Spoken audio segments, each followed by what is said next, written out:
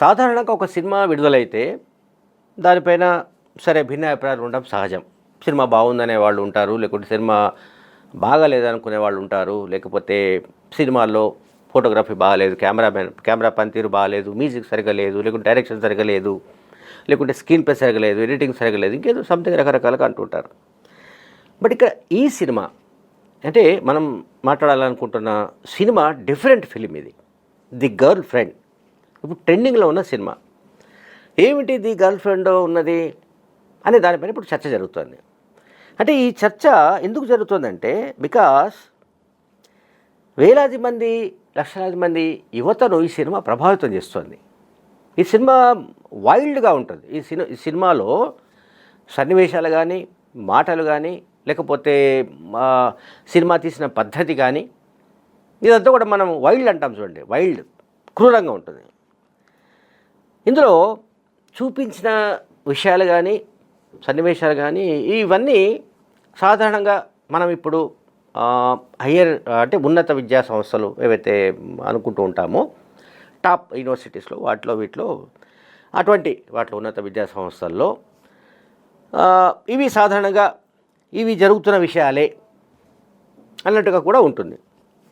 అయితే ఈ సినిమాలో చాలా సందర్భాల్లో సిగ్గు, ఎగ్గు, సభ్యత, సంస్కారం ఇవేవి మనకు కనిపించవు.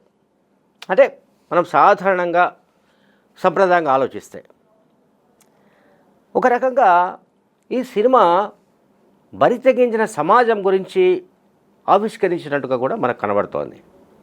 బరి తెగించిన సమాజం.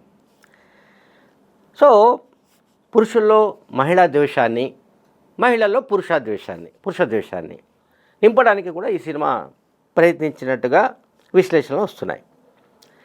అలాగే అట్లా చేస్తే అంటే పురుషుల్లో మహిళల పట్ల ద్వేషాన్ని, మహిళల్లో పురుషుల పట్ల ద్వేషాన్ని కనుక పెంచితే అది లింగ సమానత్వం కాదు.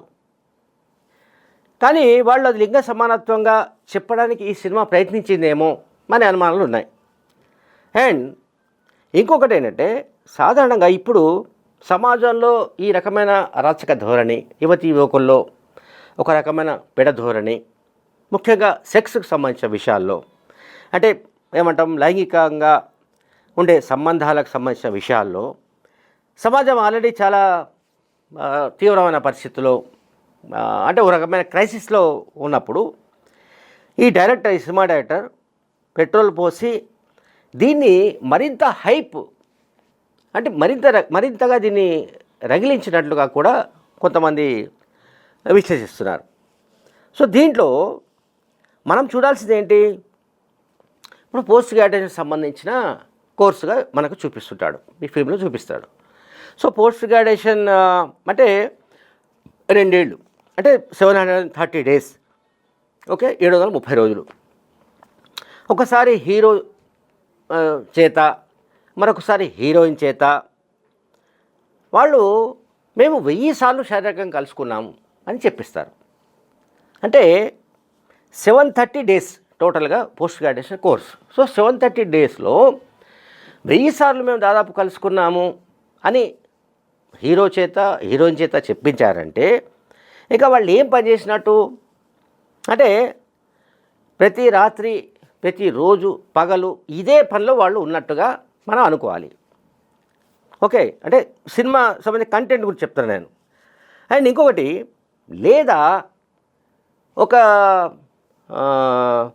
ప్రొఫెసర్ ఏమని కామెంట్ చేశారంటే వీళ్లకు అయితే దీన్ని ఏమంటారు మనము హార్మోన్ ఓవర్ డ్రైవ్ అంటారు.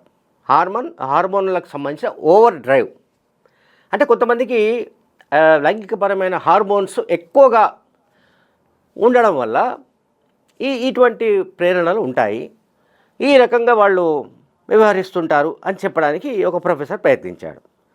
అండ్ దీంట్లో అంటే ఆల్మోస్ట్ ఈ హాస్టల్లో అంటే ఏదైతే హాస్టల్ రూమ్ ఉంటుందో దాన్ని వాళ్ళు ఇక ఓయే రూమ్గా మార్చినట్టుగా కూడా మనం అనుకోవచ్చు. ఓకే, తర్వాత హీరోకు 8 ఉంటాయి సబ్జెక్ట్స్, బ్యాక్లాగ్స్ ఉంటాయి, అతను చదువుకోడు. సో అతని చదువు పోయింది అనుకుందాం.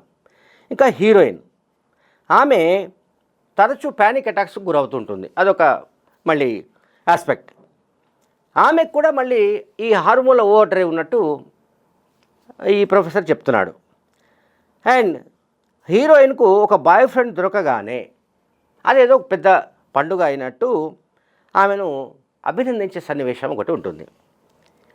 ఒక స్టూడెంట్ మహిళ, ఒక యువతికి, విద్యార్థినికి ఒక బాయ్ ఫ్రెండ్ దొరికితే అదేదో గొప్ప పండుగలాగా ఆమెను అందరూ అభినందించడం ఇదొక దుస్థితి ఈ సినిమాలో.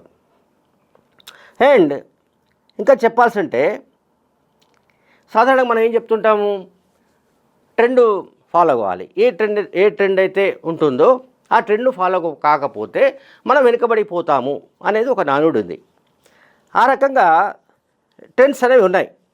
మరి ముఖ్యంగా హైయర్ ఎడ్యుకేషన్ ఇన్స్టిట్యూషన్స్లో మందు తాగడం కానీ లేకపోతే డ్రగ్స్ కానీ ఇటువంటివన్నీ ఉన్నాయి.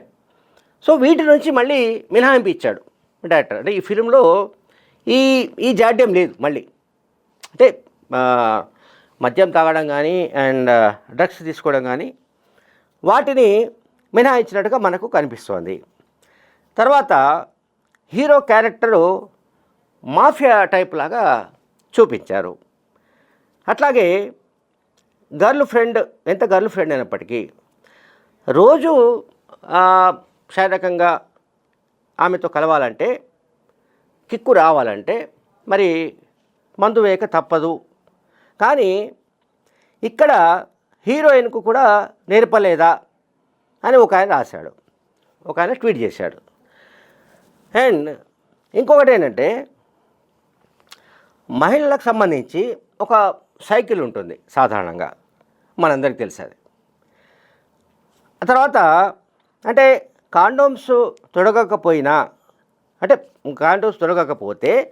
అవాంఛిత గర్భం అయితే వస్తుంది పక్కాగా. కానీ ఇక్కడ రోజుకు కనీసం ఒకసారో 2 సార్లో ఈ రకంగా వీళ్ళు కలుసుకున్నట్టుగా మనం భావిస్తే, అంటే ఆ సినిమాలో చూపించిన దాన్ని బట్టి కనుక మనం భావించగలిగితే ఆమెకు మరి ఎన్నిసార్లు అవాంఛిత గర్భం వచ్చి ఉండాలి, ఎన్నిసార్లు ఆమె అబార్షన్కు వెళ్ళి ఉండాలి అనే దానికి సంబంధించి క్లారిటీ చూపెట్టలేదు అనేది ఒక విశ్లేషణ. తర్వాత ఈ కాలేజీలో చదువులు వగైరా అన్నీ వదిలిపెట్టి ఈ మొత్తం లైంగిక కార్యకలాపాల్లోనే మునిగి తేలడం ఏమిటి అనే దానిపైన కూడా ఇప్పుడు కొంతమంది పెద్ద ఎత్తున విసుగుపడుతున్నారు. దర్శకుడి పైన, అట్లాగే నిర్మాత పైన. అంటే యూత్ను చెడగొట్టడానికి ఈ సినిమా పనికొస్తుంది అని కూడా కొంతమంది నిర్ధారణకు వస్తున్నారు.